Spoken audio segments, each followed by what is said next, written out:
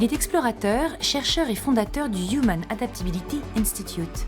Merci d'accueillir sur scène Christian Clot. Bonjour, je vais vous parler aujourd'hui d'un truc un peu bizarre.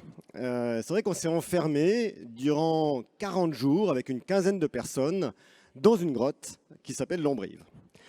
Et toute la question c'est finalement pourquoi 15 personnes saines d'esprit, après avoir vécu quand même plus d'une année de confinement, de difficultés en raison de la Covid, vont s'enfermer volontairement dans une grotte pour y passer 40 jours sans aucun accès à la lumière du soleil, sans aucun accès à une information temporelle, sans aucune capacité finalement de savoir ce qui se passe à l'extérieur et de communiquer avec l'extérieur. C'est toute la question qu'a posée quelque part une expérience comme la Covid. La Covid, on l'a tous vécu, on l'a tous subi dans un certain sens, et c'est la première grande crise systémique qui nous arrive depuis bien longtemps, peut-être d'ailleurs une des crises systémiques les plus intéressantes, puisqu'elle nous a confrontés à d'abord quelque chose qui a impacté l'ensemble de nos pans sociétaux, à la fois la société, la santé, l'économie, l'industrie, bref, tout a été touché, impacté, et surtout beaucoup plus intéressant, c'est la première crise qui touche l'ensemble des pays du monde exactement au même moment, ce qui fait que pendant quelques mois, on s'est trouvé isolés. Il n'y avait plus d'aide internationale qui pouvait venir aider les pays qui étaient tous touchés en même temps. Et les humains se sont trouvés enfermés, confinés, en lockdown, dans pratiquement l'ensemble des pays concernés par la Covid. Et là, on a vu plein de choses, on a vu plein de réactions, et notamment, on a vu quelque chose qui était assez surprenant, c'est qu'au fur et à mesure des confinements, au fur et à mesure des évolutions, alors qu'au début, les gens avaient plutôt bien accepté la situation, on s'est trouvé avec une incompréhension, ce qu'on appelle une désorientation, une incapacité à faire face à se stabiliser. Et petit à petit, on arrive à des situations où les gens ont créé des anxiétés assez énormes, ça c'est une chose, mais surtout une fatigue qui a généré une désorientation profonde. Et ce qu'on appelle la désorientation, c'est finalement un milieu extrême. C'est ce moment où pendant quelques instants, ça peut être quelques secondes, minutes, heures ou malheureusement quelques semaines ou mois, on est incapable de trouver une solution, une manière de s'ajuster, de s'adapter face à la situation qui nous est proposée. Et ces situations-là, dans le futur, clairement, elles vont nous arriver un certain nombre de fois. Et c'est pour ça qu'avec le Human Adaptation Institute que j'ai créé il y a quelques années, on a monté ce projet pour essayer de comprendre tout d'abord comment est-ce qu'on arrive à comprendre le temps, à savoir comment le cerveau humain est capable d'ajuster une temporalité lorsqu'on lui retire l'ensemble des capacités qu'il a habituellement pour suivre le temps. Et Dieu sait si le temps, pour nous, il est important. C'est-à-dire qu'on n'est pas seulement des humains qui fonctionnent avec le soleil, ça c'était il y a bien longtemps. Aujourd'hui, on est temps pratiquement à chaque instant de nos vies. Vous avez les montres, les téléphones portables, les emails, les injonctions, les réveils, les réseaux sociaux. Tout ça nous amène à toujours, d'une manière ou d'une autre, consciemment, mais le plus souvent inconsciemment, être totalement paramétré par le temps. Nous sommes temps, et que se passe-t-il lorsqu'on nous enlève le temps? Alors on s'est installé dans une grotte qui s'appelle l'Ombrive en Ariège. On a choisi une belle grotte, quand même, quelque chose assez sympa. On avait plusieurs espaces de vie. Je vous montre rapidement ce plan. On avait des espaces de vie très variés, dans une grotte qui est gigantesque, avec des plafonds qui parfois font plus de 10 mètres de haut, avec plusieurs niveaux de progression. C'est intéressant. On avait donc notre espace de vie, on le voit là avec une sorte de soleil, quelque chose qu'on pouvait allumer ou éteindre à volonté. Et ce qui est intéressant, c'est que ce soleil, notre lumière à nous, on pouvait décider, et c'était une décision conjointe, de l'allumer ou de l'éteindre. Et résultat des courses, en général, quand il y avait du monde au lieu de vie, il était allumé parce que les gens aiment bien vivre avec un peu de lumière. Mais tout le reste de la grotte, évidemment, était dans le noir total, notamment notre espace de vie, notre espace de dodo, où on avait chacun notre tente, notre espace pour y vivre. Donc on avait notre intimité si on le désirait. On avait évidemment tous les espaces scientifiques, puisque le premier but de cette mission était bien de mener des travaux scientifiques, soit dans une cabane scientifique, soit dans une tente. On pouvait aller très très loin, je vous passe tous les détails, j'en parlerai un tout petit peu. Et puis on avait surtout quelque chose de très important pour nous, c'est l'ensemble de la grotte. Cet espace exploratoire. Et on va voir combien il est important finalement, cet espace exploratoire, dans la capacité que nous avons de nous adapter à une nouvelle situation. On avait donc un travail scientifique conséquent, plus de 2 heures par jour de travaux scientifiques sur l'humain avec plein de méthodes. Alors je vous épargne tous les systèmes, mais en gros, on travaillait avec des outils qui nous permettent de déterminer l'ensemble des périmètres et des paramètres humains, aussi bien nos mouvements, notre sommeil, nos rythmes cardiaques, nos systèmes de conductivité électrique dans le cerveau, bref, tout un panel de travaux scientifiques plus ou moins complexes avec des électroencéphalographies, avec la réalité augmentée, avec des réalités virtuelles, bref, une manière d'étudier l'humain, non pas seulement sur un cerveau, ce qui était le but initial, à savoir comment le cerveau évolue et se transforme dans ces conditions-là, mais aussi ce que le cerveau reçoit comme information, qu'elle soit interne à l'humain ou externe. C'est pour ça qu'on étudie l'ensemble des sensorialités, l'ensemble des émotions, l'ensemble des conditions atmosphériques et des conditions que la grotte nous offre. Et pourquoi on fait ça dans des milieux naturels et pas dans des bunkers fermés? Parce que pour s'adapter à un nouveau territoire de vie, une nouvelle condition de vie, il est nécessaire d'être dans un milieu réaliste qui n'est pas simulé ou symbolisé, parce que le cerveau est capable de faire la différence entre un symbole et une simulation et un lieu de vie réel. C'est pour ça qu'avec le Human Adaptation Institute, en général, on travaille plutôt sur des conditions réelles de vie, que ce soit des malheurs qui peuvent arriver sur Terre, des tsunamis, des tremblements de terre et autres, ou des expéditions, des moments où on place des personnes totalement novices. Et c'était le cas ici. Toutes les personnes qui sont passées dans les IRM, dans les systèmes de travaux, sont des gens novices, sans expérience préalable, et toujours mixtes paritaires. Alors là, on n'était pas tout à fait paritaire, on avait 7 femmes et 8 hommes, parce qu'on était 15 et que c'est difficile d'être parfaitement paritaire à 15. Mais il est nécessaire aujourd'hui de réfléchir les études scientifiques sur les humains. D'abord pour qu'elles soient toujours mixtes, ce qui n'est malheureusement toujours pas le cas, et évidemment dans des conditions où on est confronté à des réels changements, puisque c'est les conditions qui vont être notre futur. Tout le monde va devoir changer d'une manière ou d'une autre, de manière profonde ou de manière moins évidente et pourtant réaliste. Pour ça, nous, ce qu'on fait, c'est qu'on fait une sorte de cartographie initiale. C'est-à-dire qu'on prend les personnes et on étudie l'ensemble de leurs paramètres cognitifs, cardiaques et autres avant l'expérience qu'ils vont vivre. Puis, on vit l'expérience durant laquelle il y a énormément de travaux qui sont menés scientifiques pour comprendre comment les humains évoluent durant l'expérience. Puis ensuite, évidemment, on refait les mêmes tests qu'on a fait préalablement en retour de l'expédition, de l'expérience, pour voir tout simplement, presque bêtement, qu'est-ce qui a changé. Donc on a une cartographie initiale et une cartographie secondaire qui nous permet de voir tout simplement les évolutions. Puis ensuite, on prend tout ce qui s'est passé durant l'expérience dans la grotte, et on essaie de comprendre pourquoi certaines choses ont évolué et certaines choses ont été transformées dans notre capacité de fonctionner et de vivre une expérience.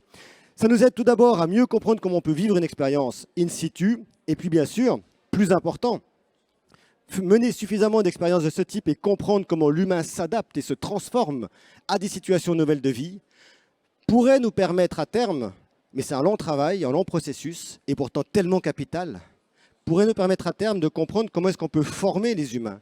Tout d'abord à anticiper les situations futures, mais beaucoup mieux à comprendre pourquoi nous n'arrivons pas à éviter les crises et comment nous pourrions transformer notre perception situationnelle pour devenir proactifs sur les crises futures et les éviter en changeant nos comportements de vie. C'est ça, quelque part, le but qu'on doit se donner aujourd'hui. Ce n'est pas seulement imaginer le futur sur des systèmes technologiques, fonctionnels ou autres, mais sur des systèmes humains pour comprendre ce que nous sommes de manière globale, la cognition, la physiologie, la psychiatrie, en tant qu'individu, notre génétique propre, notre modification propre, et évidemment, en tant que groupe. Il est illusoire aujourd'hui de penser que comprendre un humain est suffisant pour comprendre notre évolution future. Nous sommes des animaux sociaux, vivant en groupe, mixtes, divers, complexes, hétérogènes. Et c'est cette hétérogénéité-là qu'on doit comprendre pour comprendre ce que voudra dire se mettre dans des nouvelles situations et trouver des nouvelles situations de vie et s'y adapter. C'est pour ça qu'on doit aller dans ce genre de mission, c'était le cas de Deep Time, avec un groupe extrêmement hétérogène, extrêmement divers, varié, de personnes qui viennent de tous les horizons possibles. Alors en l'occurrence, c'était que des Françaises et des Français, mais dans d'autres expériences, on a beaucoup plus d'ouverture et de comprendre tout simplement ce que vit un humain. Parce que ce qui est assez drôle, c'est que, vous voyez, cet humain-là qui marche dans un marché tranquillement, sans problème. Ce qui est surprenant, c'est qu'aujourd'hui, à ce jour, au moment où je vous parle, on n'a toujours aucun moyen, si je l'isole comme ça, de de comprendre et de voir pendant la situation qu'il vit ce qui se passe dans son cerveau. On n'a pas d'outils, de données, de capacité d'aller voir en permanence comment un cerveau fonctionne, contrairement à un cœur ou autre. Et pourtant, le cerveau, il reçoit un nombre d'informations conséquentes. Et si vous l'isolez dans un bunker, dans un laboratoire, dans quelque chose de fermé, vous allez pouvoir isoler tous les paramètres et étudier une fonction précise, mais vous ne pourrez pas étudier ce qu'est un humain dans la complexité énorme que représente la vie d'aujourd'hui et d'ailleurs la vie passée. On doit aujourd'hui se confronter au réel, dans des conditions réelles, avec des humains réels, et non pas des intelligences artificielles, et d'étudier tout simplement comment nous pourrons, dans le futur, nous adapter à des nouvelles conditions de vie. Personne ne sait à ce jour quelles seront ces nouvelles conditions de vie. Aucun humain n'est capable de projeter totalement ce que sera nos vies de demain. Par contre, nous savons qu'elles seront différentes, et nous devons réfléchir à l'ensemble des capacités que nous avons pour nous y adapter.